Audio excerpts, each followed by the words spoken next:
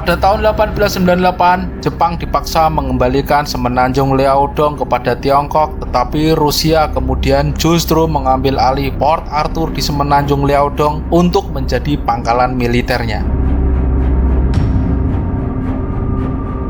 Tidak berhenti di sini, Rusia terus memperkuat diri di Manchuria dan Korea yang membuat Jepang merasa terancam.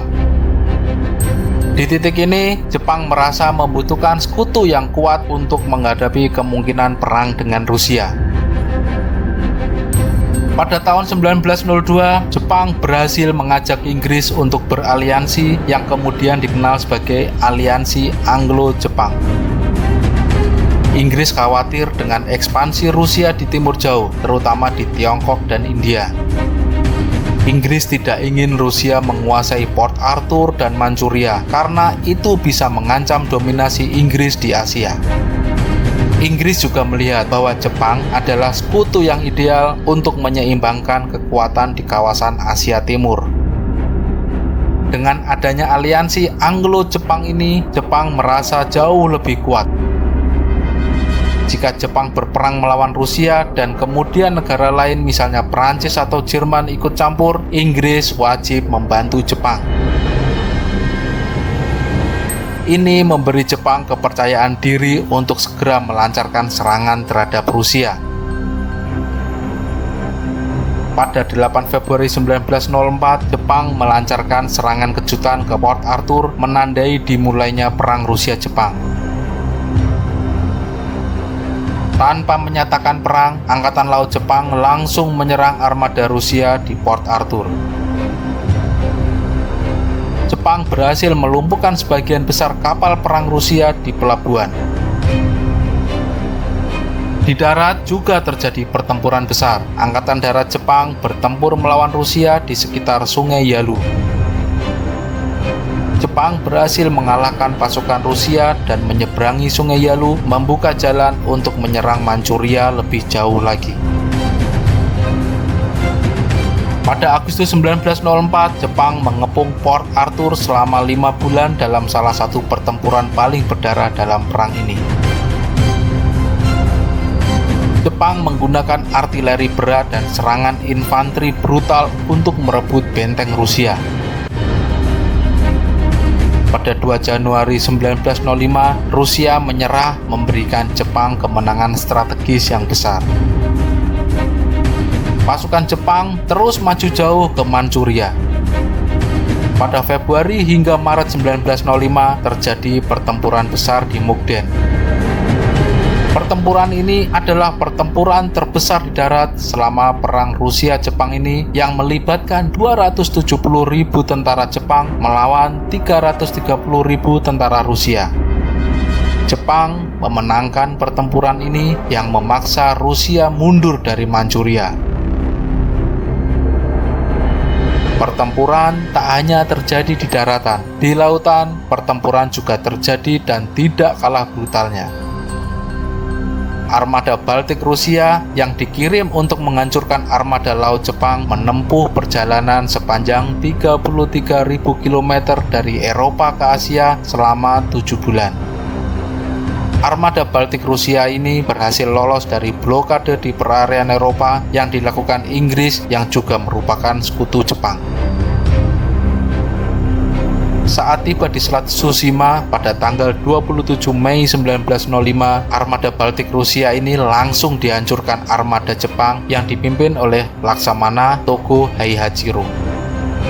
Jepang berhasil menenggelamkan atau menangkap 34 dari 38 kapal Rusia, menghancurkan angkatan laut Rusia secara total. Kemenangan atas pertempuran laut di Tsushima ini mengamankan dominasi Jepang di laut dan memaksa Rusia untuk mencari perdamaian. Amerika Serikat melalui Presiden Theodore Roosevelt menjadi mediator untuk mengakhiri perang. Jepang dan Rusia mensepakati perjanjian Portsmouth yang isinya bahwa Rusia harus mengakui Korea sebagai wilayah pengaruh Jepang. Rusia juga harus menyerahkan Port Arthur, semenanjung Liaodong, dan separuh pulau Sakhalin kepada Jepang. Rusia juga harus menarik pasukannya dari Manchuria. Bagi Rusia, kekalahan ini memicu revolusi Rusia 1905 yang memperlemah kekuasaan Tsar Nicholas II dan menjadi awal dari keruntuhan Kekaisaran Rusia pada tahun 1917.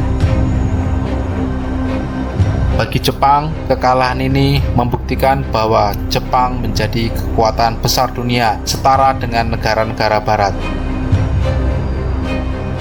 Perang ini adalah perang pertama kalinya dalam era modern sebuah negara Asia ternyata mampu mengalahkan kekuatan barat. Kepercayaan diri Jepang meningkat yang akhirnya mengarah ke imperialisme yang lebih agresif di Asia. Jepang menjadi ancaman nyata bagi negara-negara barat, terutama Amerika Serikat.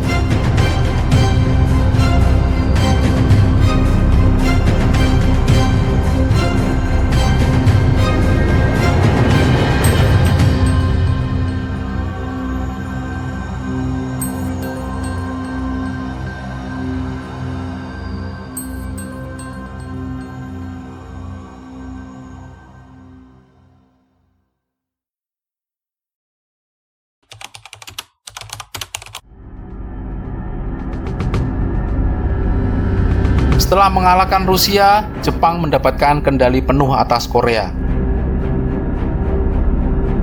Rusia harus mengakui bahwa Korea sebagai bagian dari wilayah pengaruh Jepang. Sesaat setelah kemenangan dari Rusia, Jepang memaksa Kekaisaran Korea untuk menandatangani Perjanjian Eulsa.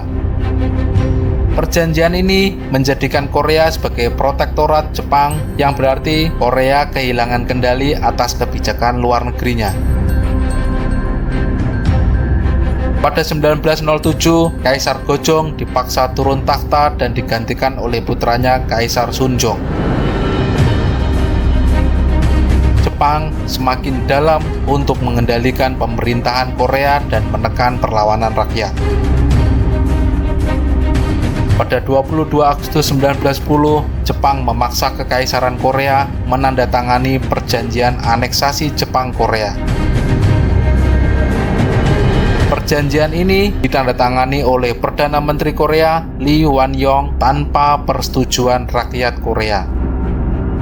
Perjanjian ini secara resmi menghapus Kekaisaran Korea dan menjadikannya bagian dari Kekaisaran Jepang. Korea tidak lagi menjadi negara yang merdeka, tetapi menjadi koloni Jepang yang disebut dengan nama Chosen. Korea diperintah oleh Gubernur Jenderal Jepang yang memiliki kekuasaan mutlak. Semua organisasi politik Korea dilarang dan para pemimpin perlawanan ditangkap atau dibunuh. Pendidikan dan kehidupan sosial dikontrol oleh Jepang dengan sensor yang sangat ketat, terutama kritik terhadap pemerintahan kolonial. Bahasa Korea dilarang untuk digunakan di sekolah dan kantor pemerintahan, digantikan oleh bahasa Jepang. Nama-nama Korea dipaksa diubah menjadi nama-nama Jepang.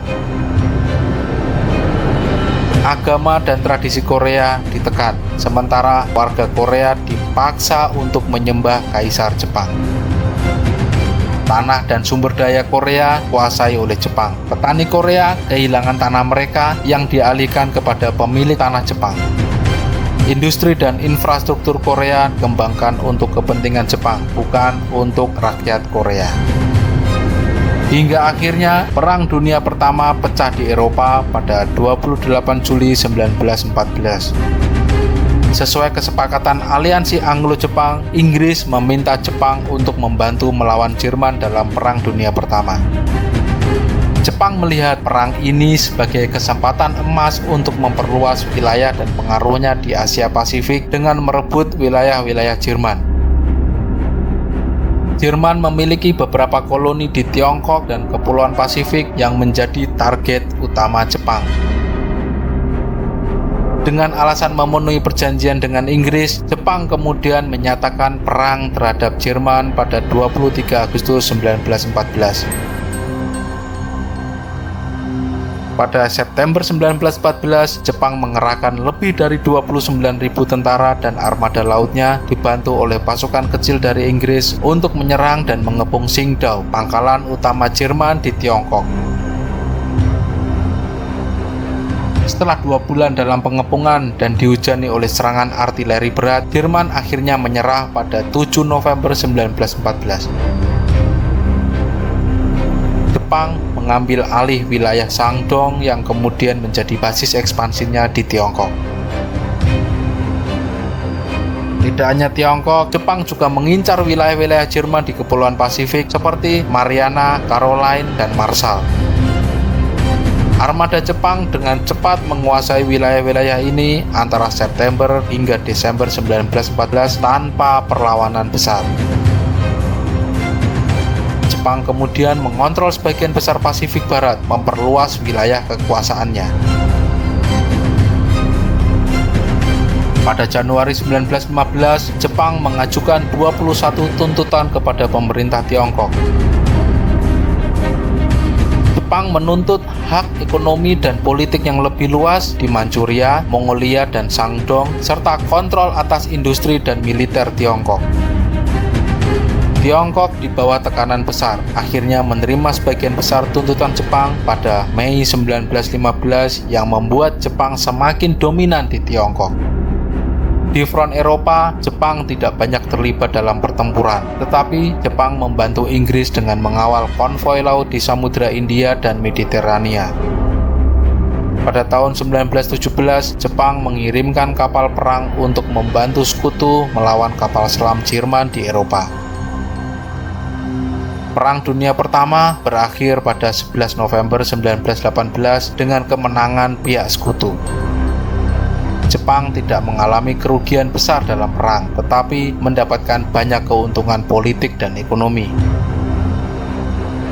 Dalam konferensi perdamaian Versailles, Jepang mendapatkan hak atas wilayah Jerman di Pasifik dan Shandong. Jepang juga menuntut dimasukkannya klausul kesetaraan ras dalam Piagam Liga Bangsa-Bangsa. Delegasi Jepang yang dipimpin oleh Makino Nobuaki berargumen bahwa klausul ini adalah prinsip dasar keadilan dan perdamaian global. Usulan klausul kesetaraan ras ditolak oleh negara-negara barat, terutama Amerika Serikat dan Australia. Penolakan ini kemudian dianggap sebagai penghinaan simbolis terhadap martabat Jepang. Amerika Serikat memiliki undang-undang diskriminatif seperti Chinese Exclusion Act dan kebijakan imigrasi yang membatasi orang Asia. Presiden Woodrow Wilson khawatir klausul tersebut akan membahayakan dukungan politik dalam negeri, terutama dari negara bagian seperti California yang terkenal anti-Asia. Sedangkan Australia menerapkan White Australia Policy untuk mempertahankan dominasi kulit putih. Perdana Menteri Bill Hughes secara terbuka menentang klausul tersebut karena dianggap mengancam kedaulatan imigrasi dan identitas nasional Australia. Negara-negara Eropa seperti Inggris dan Perancis, meski tidak secara langsung memperlihatkan penolakan, juga memiliki kepentingan menjaga hierarki kolonial. Pengakuan kesetaraan ras dapat membahayakan legitimasi penjajahan dan memicu tuntutan kemerdekaan dari wilayah jajahan. Barat jelas enggan mengakui Jepang sebagai kekuatan setara, meski Jepang telah mampu mengalahkan Rusia. Penolakan klausul ini mencerminkan sikap rasis yang menganggap bangsa non-kulit putih itu sebagai bangsa yang inferior. Jepang sangat kecewa dan marah atas penolakan klausul ini. Publik Jepang merasa dikhianati. Media nasional menyoroti penolakan ini sebagai bukti rasisme Barat yang tidak akan terdamaikan, memicu kemarahan kaum nasionalis. Banyak elit Jepang menganggap Barat tidak akan pernah menerima negara non-kulit putih sebagai negara yang setara, sekalipun Jepang telah mengadopsi sistem politik dan militer ala Barat. Kekecewaan ini memperkuat pandangan bahwa kerjasama dengan Barat tidak akan menguntungkan Jepang. Kelompok militer ultranasionalis menggunakan penolakan klausul ini sebagai bukti bahwa Barat tidak menghormati Jepang, sehingga mempromosikan kebijakan Asia untuk Asia. Narasi ini nantinya akan digunakan Jepang untuk membenarkan invasi ke Cina dan Asia Tenggara dengan dalih membebaskan wilayah tersebut dari kolonialisme Barat. Walaupun kecewa dengan sikap negara-negara Barat, Jepang masih tetap menjadi anggota Liga Bangsa-Bangsa hingga kemudian di tahun 1920-an badai resesi menghadang dunia. Bagaimana Jepang akan menghadapinya?